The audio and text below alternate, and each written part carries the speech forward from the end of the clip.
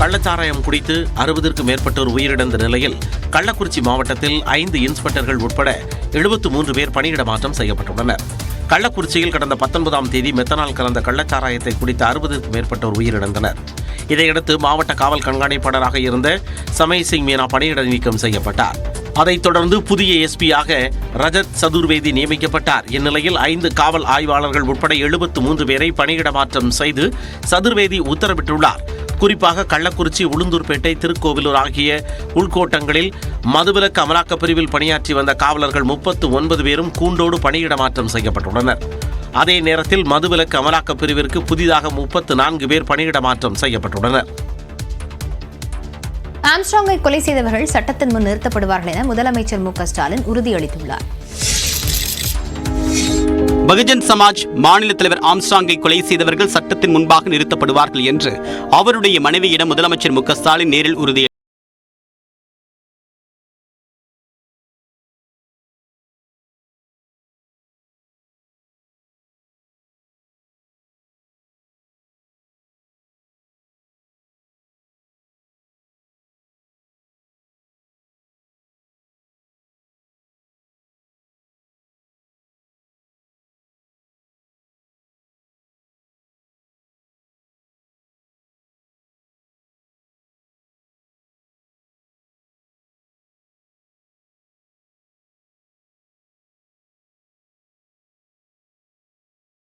கொலையில் தொடர்புடைய அனைத்து குற்றவாளிகளையும் கைது செய்து சட்டத்தின் முன்பாக நிறுத்துவோம் என்று அவருடைய குடும்பத்தினரிடம் உறுதியளித்ததாக தெரிவித்துள்ளார். காவல்துறை பாரபட்சமின்றி நெஞ்சுரத்தோடு கடமையாற்றும் என்று கூறிய முதலமைச்சர் நிச்சயம் நீதி நிலைநாட்டப்படும் என்றும் பதிவிட்டுள்ளார். சட்ட ஒழுங்கு தொடர்பாக உயர் அதிகாரிகளுடன் முதலமைச்சர் மு க ஸ்டாலின் ஆலோசனை மேற்கொண்டார். பகுஜன் சமாஜ் மாநில தலைவர் ஆம்ஸ்ட்ராங் படுகொலை உள்ளிட்ட பல்வேறு நிகழ்வுகளை சுட்டிக்காட்டி தமிழ்நாட்டில் சட்ட ஒழுங்கு பாதிக்கப்பட்டிருப்பதாக எதிர்க்கட்சிகள் குற்றம் சாட்டி வருகின்றன. இந்நிலையில் சென்னை தலைமை செயலகத்தில் உயர் அதிகாரிகளுடன் முதலமைச்சர் மு க ஸ்டாலின் ஆலோசனை மேற்கொண்டார். இதில் தலைமை செயலாளர் சிவதாஸ் மீனா, உள்துறை செயலாளர் அமுதா, டிஜிபி சங்கர் ஜிவால், சட்ட ஒழுங்கு ஏடிஜிபி டேவிட்சன் தேவாசீர்வாதம், சென்னை பெருநகர காவல் ஆணையர் அருணு ஆகியோர் பங்கேற்றனர். சட்ட ஒழுங்கு ஏடிஜிபி டேவிட்சன் தேவாசீர்வாதம் மற்றும் சென்னை காவல் ஆணையர் அருண் ஆகியோர் புதிதாக பொறுப்பேற்ற நிலையில் முதலமைச்சர் ஆலோசனை மேற்கொண்டது குறிப்பிடத்தக்கது. சென்னையில் வெட்டிக் கொல்லப்பட்ட ஆம்ஸ்ட்ராங் வீட்டிற்கு சென்ற எதிர்க்கட்சித் தலைவர் எடப்பாடி பழனிசாமி அவரது குடும்பத்திற்கு ஆறுதல் கூறினார். பின்னர் செய்தியாளர்களிடம் பேசிய அவர், உண்மை குற்றவாளிகளை கண்டறிய வேண்டும் என்றால் சிபிஐயிடம்தான் இந்த வழக்கை ஒப்படைக்க வேண்டும் என்று கூறினார்.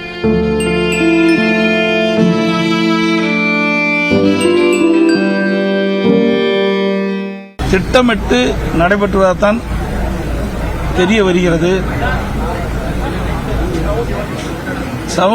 சமூகத்தில் எவ்வளவு பெரிய ஆட்களாக இருந்தாலும் இந்த படுபாதக செயலை செய்தவர்களை சட்டத்தை முன் நிறுத்தி அவர்களுக்கு கடும் தண்டனை பெற்றுத்தர வேண்டும் இந்த அரசு.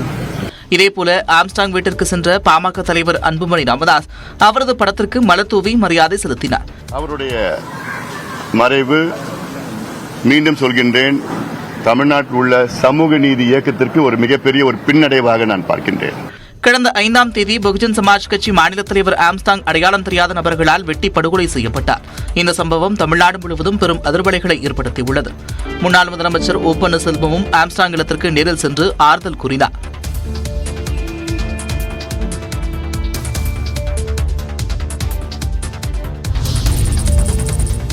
நாடாளுமன்ற தேர்தல் தோல்விக்கான காரணங்கள் குறித்து தொகுதி வாரியாக கட்சி நிர்வாகிகளிடம் அதிமுக பொதுச் செயலாளர் எடப்பாடி பழனிசாமி இன்று முதல் ஆலோசனை நடத்துகிறார்.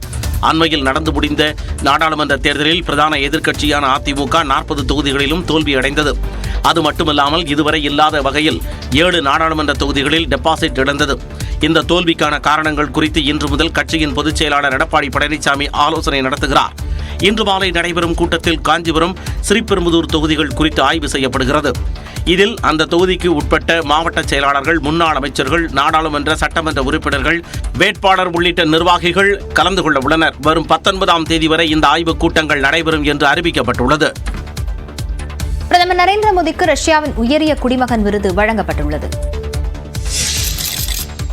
போர்க்களத்தில் எந்த பிரச்சனைக்கும் தீர்வு கிடைக்காது என பிரதமர் மோடி தெரிவித்துள்ளார். ரஷ்யா சென்றுள்ள பிரதமர் மோடி அதிபர் புட்டினை தனியே சந்தித்து பேசினார். அப்போது பேசிய பிரதமர், போர், மோதல்கள், தீவிரவாத தாக்குதல்கள் என எதுவாக இருந்தாலும் உயிர் பலி ஏற்படும் பொழுது மனித நேயத்தில் நம்பிக்கை கொண்ட அனைவருக்கும் வேதனை ஏற்படுவதாக கூறினார்.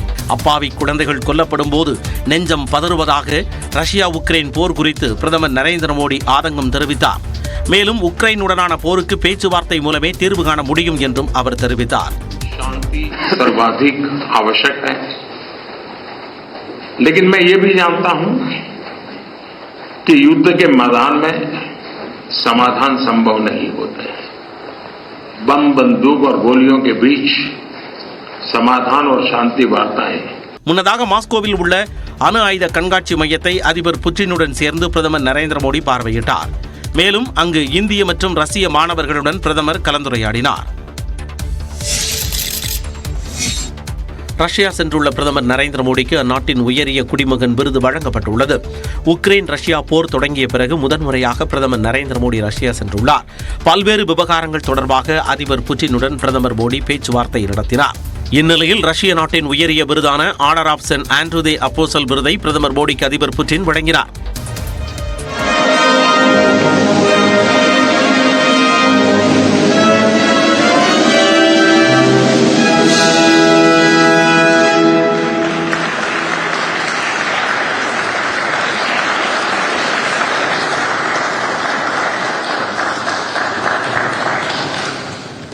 இயேசு கிறிஸ்துவின் சீடராக இருந்த அந்திரேயாவை கௌரவப்படுத்தும் வகையில் அவரது பெயரில் 1698 ஆண்டு ரஷ்யாவில் இந்த விருது ஏற்படுத்தப்பட்டது.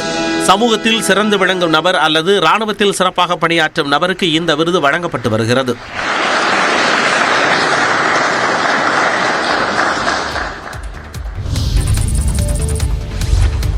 சென்னை மற்றும் ரஷ்யாவில் உள்ள விளாடிவோஸ்டாக் இடையே கடல் வழித்தடத்தை உருவாக்கக்கூடிய பணி நடைபெற்று வருவதாக பிரதமர் நரேந்திர மோடி தெரிவித்துள்ளார்.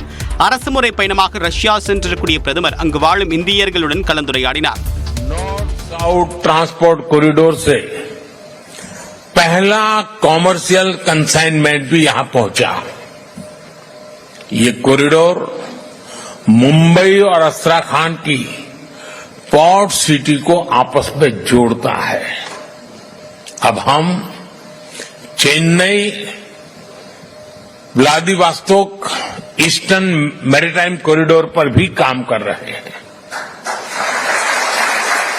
தொடர்ந்து பேசியவர், கங்கா வால்கா நாகரிகம் மூலமாக இரு நாடுகளும் தத்தமது பெருமைகளை கண்டறிவதாக கூறினார். மேலும் இந்தியா மற்றும் ரஷ்யாவை குறிப்பிடக்கூடிய பழைய இந்தி பாடல் ஒன்றை மோடி பாடினார்.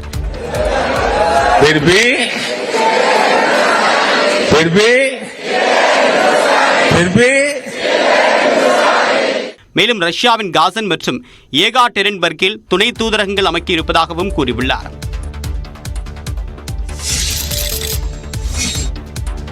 பிரதமர் நரேந்திர மோடியின் கோரிக்கையை ஏற்று ரஷ்ய ராணுவத்தில் உள்ள இந்தியர்களை விடுவிக்க ரஷ்யா ஒப்புக்கொண்டுள்ளது. ரஷ்ய ராணுவத்தில் தமிழ்நாட்டைச் சேர்ந்தவர்கள் உட்பட 40 பேர் பணியாற்றி வருவதாகவும் அவர்கள் உக்ரைனுக்கு எதிரான போரில் ஈடுபடுத்தப்பட்டுள்ளதாக சொல்லப்படுகிறது. இந்த நிலையில் 2 நாள் பயணமாக ரஷ்யாவுக்கு சுற்றுப்பயணம் மேற்கொண்டுள்ள பிரதமர் மோடி ரஷ்ய ராணுவத்தில் உள்ள இந்தியர்களை விரைந்து விடுவிக்குமாறு அந்நாட்டு அதிபர் புதினிடம் கோரிக்கை விடுத்தார். இதுகுறித்து செய்தியாளர்களிடம் பேசிய வெளியுறவு செயலாளர் வினய் மோகன் குவாத்ரா, ரஷ்ய ராணுவத்தில் தவறாக வழிநடத்தப்படும் இந்தியர்களை விரைந்து விடுவிக்குமாறு பிரதமர் நரேந்திர மோடி வலியுறுத்தியதாக தெரிவித்தார். இதனை ஏற்றுக்கொண்டு இந்தியர்கள் அனைவரையும் விரைவில் விடுவிக்க ரஷ்யா தரப்பு ஒப்புக்கொண்டதாக வினய் மோகன் குவாத்ரா கூறினார். இந்த நிலையில் புதின் உடனான பிரதமர் மோடியின் சந்திப்பை சாடியுள்ள உக்ரைன் அதிபர் செலன்ஸ்கி, உலகின் மிகப்பெரிய ஜனநாயக நாட்டின் தலைவர் ஒருவர் உலகின் மிக மோசமான குற்றவாளியை கட்டிப்பிடித்தது மிகவும் ஏமாற்றம் அளிப்பதாக தெரிவித்துள்ளார். பொறியியல் படிப்பு மாணவர் சேர்க்கைக்கான தரவரிசை பட்டியல் காலை 10:30 மணிக்கு வெளியாகிறது. பொறியியல் படிப்பு மாணவர் சேர்க்கைக்கான தரவரிசை பட்டியல் இன்று வெளியாகிறது. தமிழ்நாட்டில் +2 பொதுத் தேர்வு முடிவுகள் கடந்த மே மாதம் 8ஆம் தேதி வெளியிடப்பட்டது. இதனைத் தொடர்ந்து நடப்பு கல்வியாண்டிற்கான பொறியியல் படிப்பில் சேர்வதற்கு 2,53,000 மாணவர்கள் ஆன்லைனில் விண்ணப்பம் பதிவு செய்துள்ளனர். அவர்களில் 1,98,853 பேர் மட்டுமே விண்ணப்ப கட்டணத்தை செலுத்தி தேவையான சான்றிதழ்களையும் ஆன்லைனில் பதிவேற்றம் செய்தனர். அவர்களுக்கு ஜூன் 12ஆம் தேதி சம வாய்ப்பு எண் இணைய வழியில் ஒதுக்கீடு செய்யப்பட்டது. இந்த நிலையில் தொழில்நுட்ப கல்வி இயக்ககம்